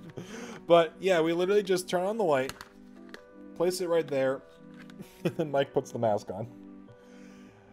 You can't see anything when you have these on, so this created a problem because Mike had to do this. Oh, let me turn that off and put that away. Mike had to do this fairly elaborate series of stunts in order to get this whole scene to work. And I was like, oh man, how is he going to do this if he can't see anything? Because ideally you don't want him to just like do something and accidentally like hit himself or punch someone in the face. Because, you know, you don't want, especially later when he has the syringe gun, like we didn't want him, you know, around Robbie when he had that. So what we did was, this is going to be kind of weird. All of the scenes where we see Mike with the lights in him, he's actually not interacting with Robbie at all. Like Robbie's actually not interacting with him in any way. Any of the scenes where we see Robbie interacting with Mike, we don't show his face because he doesn't have the lights in. So that way he can actually see what he's doing. So actually I'll just go kind of let me get this through. Oops, my bad. Let me bring the screen back up. So like you can see here, like Robbie's not in this frame because we know that we can't have Mike really do anything. So what we do is like, okay, let's just get the specific scenes we need to get. I know I need to get a bit where Robbie is turning away. Okay, Marmy? You guys can't see it, but my dog is just got up from a very, very long nap. It is very late tonight, so I should probably get her to bed soon. But but I knew it's like, okay, how are we gonna do this? Ideally, and this is the best tip I can give to anyone who wants to shoot an action scene that requires a lot of steps. Literally, just go shot by shot. Don't try to do wide, get everything, then get like coverage of the whole thing. Just get certain beats, because that's all you need. Because I knew it's like, okay, I know I need a shot of Robbie reacting and then turning away. I know I needed that.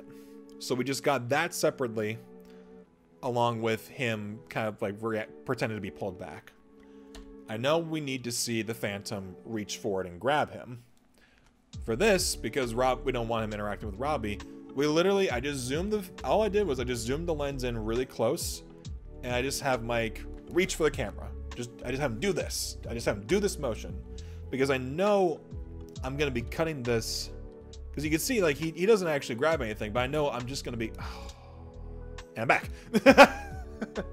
I just know like at this moment, Mike is only gonna be, he isn't actually gonna be reaching for anything, but because of the way we're editing this, all I need to do is I need to have that motion so the audience knows he's reaching out and is about to grab Robbie. So that way we can cut to a shot of Robbie where he's being grabbed by Mike and being pulled back. And all of these scenes,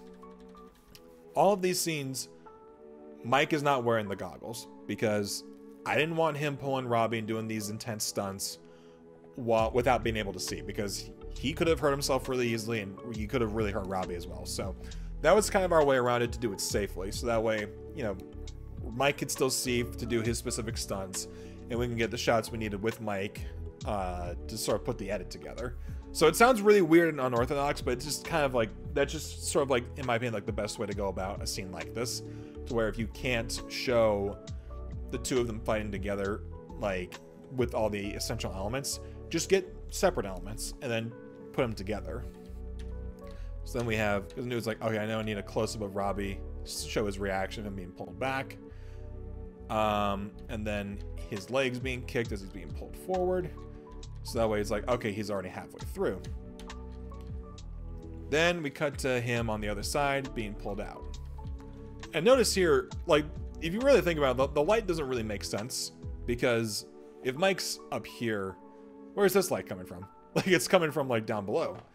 But that doesn't really matter for a setup like this, because this goes by so quickly, and you know, like, okay, he's got the red lights in, it's probably illuminating a good chunk of the room. And because of how quick this is, I mean, like, look at that. Like, it's not fast. It's not slow. Like, it's literally just like a few frames. So a little bit of like lighting inconsistency is not a big problem, as long as you get the general look down. But yeah, it's like, actually, I think in this one, we actually have Robbie being pulled onto a wrestling mat, which I think you can actually see. Yeah, you can actually look closely. You can see it right here, which, again, I didn't bother like editing out or cropping in, because this goes by so quickly. Like, if we played at normal speed, like, look at that. Like, no one could see that, especially with all of this happening in the frame. Like, that's not really, I didn't have a problem with that. So that way we can have the scene of him, the bit of him being pulled out super quickly and then slammed on the ground without him being hurt. Then, in another setup, we have Robbie kind of already on the ground, and we just have him sort of slide backwards a little bit.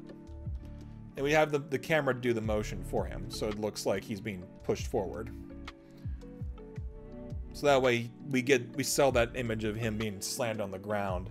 So that way when we cut from here to here, it looks like one fluid motion, even though separately it kind of doesn't make sense, but together it creates sort of this one flowing sort of movement for your eyes to follow.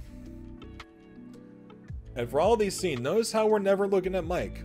And the reason for that is because, again, for him to do these specific scenes, excuse me, he doesn't need to have the goggles in, because he needs to see what he's doing for these. But that was a suggestive pose. For these scenes, where Mike's just looking down and punching. Robbie's not actually under him during this. He's literally just on top of the mat and is just pretending to punch downwards. And we played the footage back a little faster just to kind of sell the movement. It's maybe a little too fast, but like, you get the idea. And for these scenes where Robbie is on the ground, again, Mike's not wearing the goggles. So I think you get that you get it at this point. So anytime we see Robbie, Mike's not wearing the goggles, and every time we see Mike, Robbie's not there, basically. So that way we can do all this safely, and we can get this sort of look we need. Because I don't need a wide of him punching Robbie, because we already got that earlier. This one I wanted to be very close and very intense. So that's kind of the mindset I had when blocking this whole scene out. So yeah, but here we'll just kind of go from here.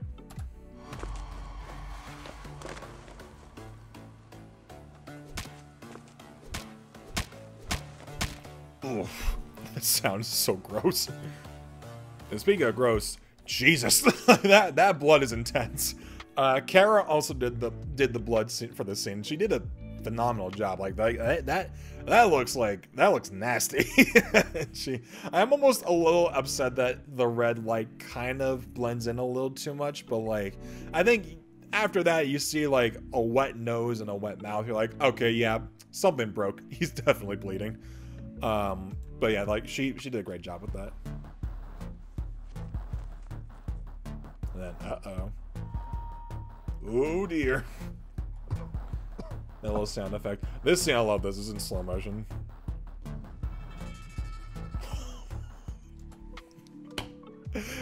I don't know why, but that sound effect sounds so violent.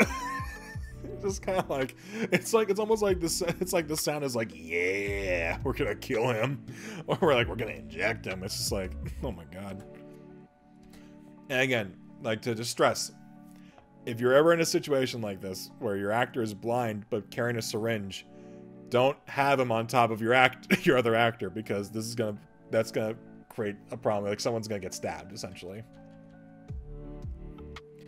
So again, Robbie's not actually underneath him. We just have Mike lean forward and push and bring the syringe down out of frame. So that way we can cut to this, to where we see Robbie get injected. Now, this is one thing that if you actually look carefully, like even during the regular film, you'll notice this. The syringe doesn't, the gun doesn't have the syringe in it, because obviously we don't want him injecting it straight in there. Originally, I was gonna get an insert of like a fleshy kind of like prosthetic that looked like Robbie's neck, just to kind of get like that really gross visceral kind of like injection shot. But for this, I felt that like, okay, maybe that's going a little too far. And also this kind of gets the idea across enough. Like this kind of shows like, oh crap, like he's getting sticked with something. So yeah, if you look closely, like in the following next couple shots, you'll see that the thing's not actually, this part's not actually connected when it's near Robbie, because again, we didn't want him hurt, and again, safety #1 top priority that should be on any set. Like to hell with the story and to hell with the production. If it's not safe, don't do it. Just don't do it. Okay, like if it's not a safe set, then you shouldn't be making a film. I'm sorry, that's just my personal belief.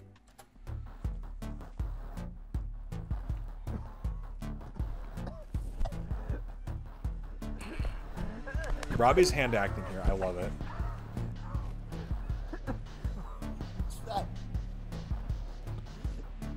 What was that? Just how stoic the Phantom is. Yeah, Robbie like killed it with doing like the hand motions and stuff. His twitching really freaked me out. It's like, it is like someone having a seizure. The head tilt kills me. It's kind of messed up, I know, but like the head tilt is kind of like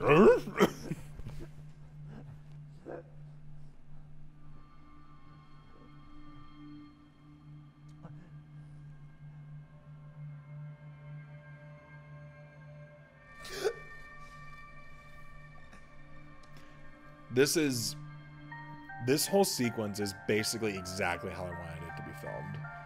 with the slow fade, him waking up, kind of zoned out with the makeup. Again, Kara did such a good job with this makeup. It looks so good. Like, because I knew I wanted, like, pale and, like, veins popping. Because, like, we've never actually, at least until the whole thing where, like, and spoilers for season 2 if you haven't seen it, but, like, if the whole bit where Matthias is forced to inhale some of the serum, we've never, until that point, we'd actually never seen anyone being injected with the serum before. So, like, that was kind of, like, my interpretation of, like, it's probably kind of sending you in, like, a near... I like, one of the theories I saw on this was, like, it kind of sets you in, like, a near undead state, where it's, like, your veins are popped, your skin is, like, basically dead. You're basically a ghost at this point, but you're unstoppable, basically. So it's, like, you're almost like a heightened undead super zombie. If that makes sense. That sounds really lame, but, like, that's actually, that actually sounds pretty badass. But, like, that's kind of like how some people theorize, and I'm like, actually, that's pretty cool.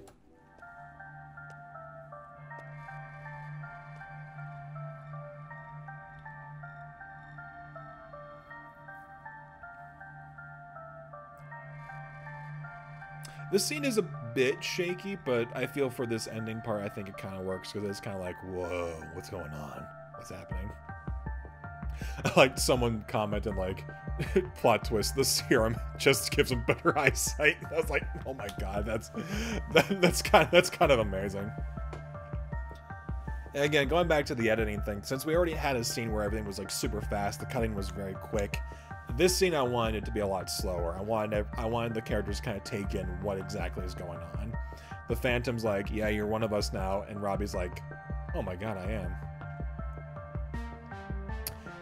And something I'm not entirely proud of. That's literally the same mask. We only had one mask, and Mike just hands him the same mask again.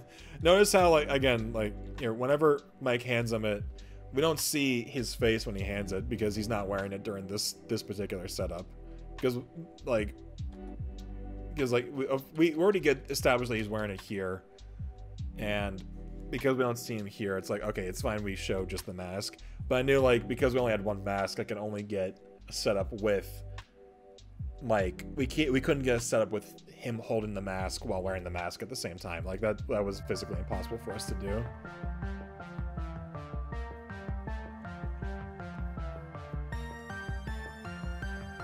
We're Connected is such a good song. I love this song so much.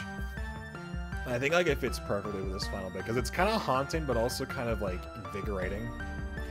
And also, I don't know if anyone caught this, like, a little detail was that throughout this whole thing, we have that extra red light on Robbie to kind of help illuminate this, but also to sort of establish, like, okay, Mike's character is still here, and you can actually see down here, but, like, look at Robbie's hands right here as the scene progresses. They go away. What's up with that? Why do the red lights go away? Why is there something less red light here? Uh-oh, he's gone. Do not count. I should have taken that picture down. But yeah, it's just like a little subtle lighting trick to kind of establish, like, oh, he's gone. The one thing I do wish is I kind of wish I'd turned off this this light back here, because this is in the other room, but I think it was something we just kind of forgot about, but it still works okay. And I know I spelled Syntech wrong. Whatever, sorry. But, oh, I love this shot. And just the slight head tilts and stuff. Like, I love this part. This finale was exactly how I wanted it to be. And then we have these credits, which were... These took a bit to do, but, like, I'm so happy I did this, because it was fun to kind of replicate the sort of credit style that the series had in season 1. But when I saw how long it took to do these opening parts, because I wanted to do this originally for all of the rest of the like the names and the credits, but after I was done with this and I saw, like, it took me like 2-ish hours to get just this, I was like, you know what, let's just glitchiness and then have it be regular. But yeah, that was Phantom. That is my Project 863 fan film. And Kara, I am so sorry. I misspelled her name. Fuck, I hate myself so much. Kara ends with an H in her name. I'm like, god damn it. And I realized that after I already uploaded and posted, because I was like looking through it again just to make sure. I'm like, okay, everything's all said and done. And I was watching it again. I was like, Kara doesn't have an H in her name, right? I literally learned on her Instagram. And I was like, damn it, I knew it. I suck. I'm the worst. I texted her and I'm like, I'm so sorry. And she was like, oh, it's fine. I was like, okay, I'm sorry. Travis Platt is the best. And that's for Emily Placastra. She's my Emily, who was my girlfriend I was talking about earlier. She was the first assistant director for this film. And if possible, if you're shooting something, try to get a first assistant director, because their job is basically to make sure you're getting shit done. Like, they're making sure that you're on schedule, you're not wasting anyone's time. And she did that tenfold. She made sure that she was that added layer that made this production go as smoothly as it did. And it was, again, like, I'm surprised because like this shoot was only like 2 days, and each of them were like between 6 or 8 hours, which is like, is not a lot of time. And I'm surprised we were able to get as much as we did with this, but it's just like, again, just carefully plan everything and make sure you stick to your schedule properly. Because I didn't want, at no point did I want to go overtime. Because again, like, it's not fair to the actors or the crew to stay longer than they need to, especially when you say, like, if you're saying you begin your shoot at 10 in the morning, you end it at 10 at night. You go overtime, you screwed up. Okay, and then at that point, you're not running your set correctly. So try your best to just stay on schedule and don't go overtime. So that's my word of advice.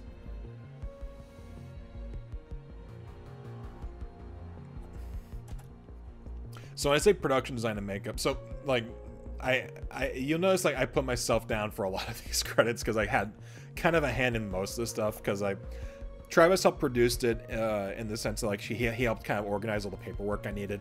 I produced in the sense that I location scouted, found the cast and crew, and basically got like the budget together and stuff like that. And for stuff like production design and makeup, Kara did like the makeup specifically. I did the production design as far as like prop design and stuff like that. So I put us down for both that, because that kind of lies under both categories. I felt like I also just didn't want to have my name show up solo 3 times in a row for that. I was like, oh, that sounds kind of douchey. Executive producers, I put my parents down as this because they helped make this film possible. They helped us get to that warehouse we needed, which was extremely kind of them, super sweet. They didn't need to do that, but they helped. They allowed us to do so, and they made sure to do it. They helped out tenfold. So, and honestly, in most films, I put them as executive producers anyway, because they helped me so much with getting like the equipment I need and like making sure I'm going to like going to the school I go to for film. So, you know, if someone is like helping you just a ton with like making sure you're able to film something, put them as an executive producer. Like, it's just generally a good thing to do. Based on Project 863 by Spellbound. The one thing I do wish, and I feel bad about this because someone did comment on it, I really wish I put down Michael Badal's credit for the soundtrack. As soon as I read that comment, I was like, oh damn, I probably should have done that. But all the links in the description of the short film itself are linked straight to their channel.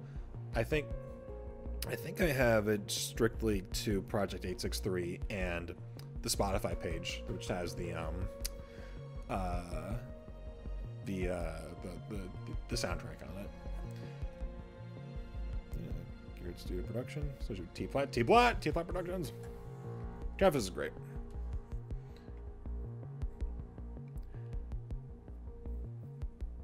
Been using this damn logo for years now, and I still love it. My friend Mohammed made this for our channel, and he did a really good job with that. But yeah, that is pretty much all I have to say personally about Phantom about my Project 863 fan film. So, yeah, I mean, I don't have anything else in particular. Actually, I could probably look at, maybe we can possibly look at some, let's see what kind of, bloopers and stuff we have. Because I know we have a couple. Let's see here. Probably cut back. Okay, this is a fun one. So, this is just some of the raw footage that we have, and this is just us practicing for that one shot. And both Mike and Robbie are musical theater majors, so they just kind of, in between, they were just dancing and stuff. They were just talking about dancing. And Mike comes in and is like, here, let me show you how it's done.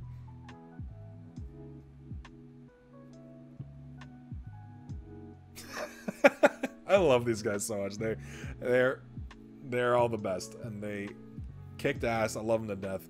Oh wait, there we go. I forgot about that.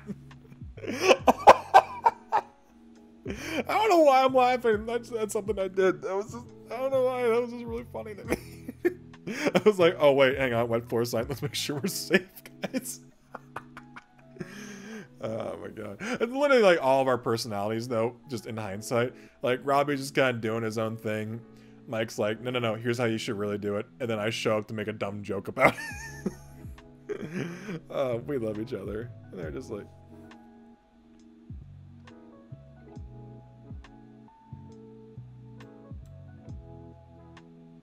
I love these guys so much.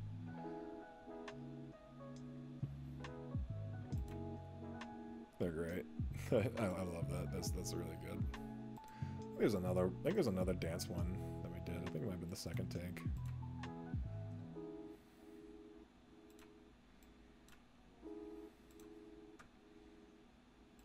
So I think it might be this one. Hey, there's Emily. I love her. I'll put her link in the description below. I'll put the links in the cast and crew in the description below, just so everyone can follow them, because they deserve all the credit in the world. Like, they helped make this film unbelievably they did made this film possible.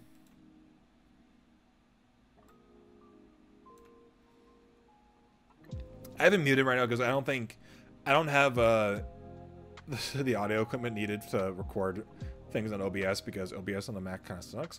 But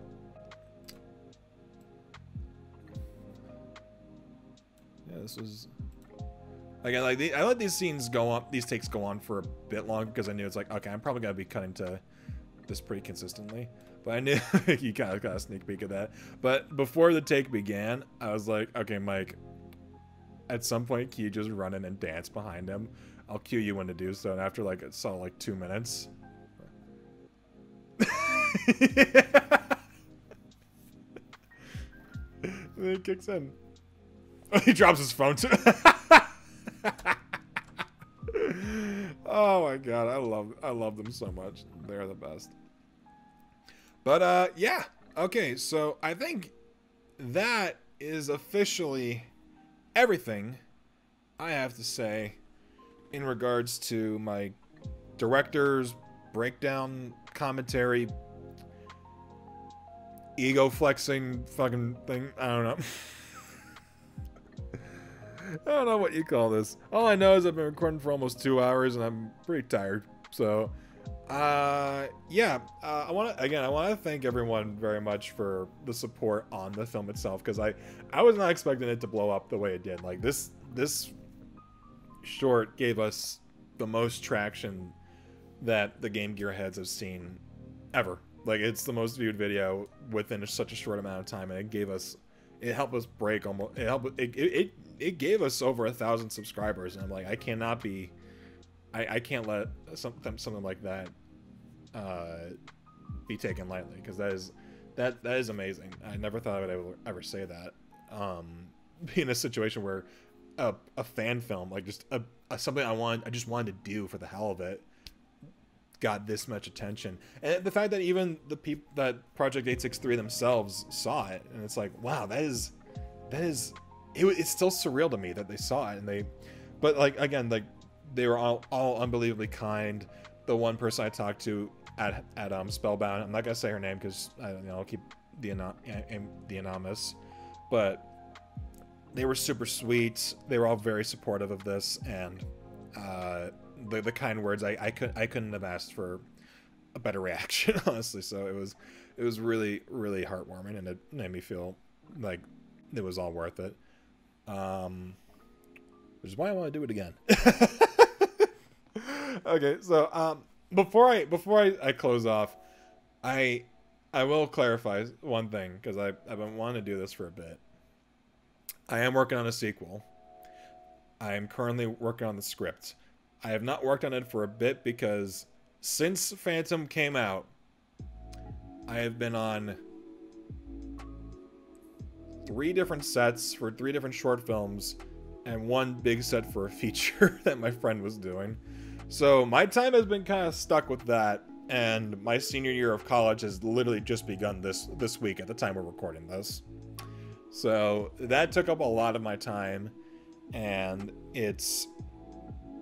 I can't guarantee when I'll actually begin filming this.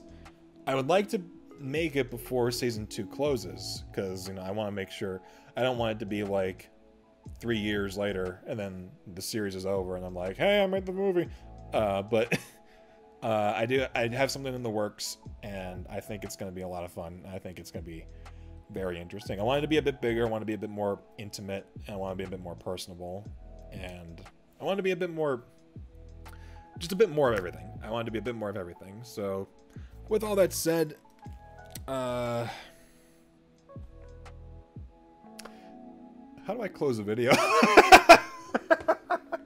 Oh my god. Why do I do YouTube videos? I suck at this stuff. Thank you all again very much for watching the short film, and if you stuck around in this long for this video, thank you as well for watching this as well. I think you kind of get an idea as to the kind of process I have whenever it comes to making a short, or even working on like reviews for games and stuff like that. So I really appreciate that. As far as my next short film that's gonna come out, probably the next one's likely to come out with me Miles Away, because that one's actually been done for almost a year now. I feel bad I haven't released it, just because I wanted to try to get it in the film festival circuit, but like, we'll see how that goes. I do want to get it out in the public as soon as possible, because, you know, everyone on that killed it and made sure it was as good as it was. For those interested in the game review side of things, next review I'm doing, actually right now I'm working on a Mario 3D World plus Bowser's Fury review, so I'm gonna get that work done and possibly get the Sonic 3 video done hopefully soon after. I might do one on Sonic Colors Ultimate, because I've heard some pretty bad things about that, so that'll be fun. But yeah, with all that said, again, thank you all for watching. Thank you all for supporting the short, and I hope to do more like this in the future. I think it was an experiment, and I'm glad it paid off. So thank you all so much. So yeah, I'll see you next time.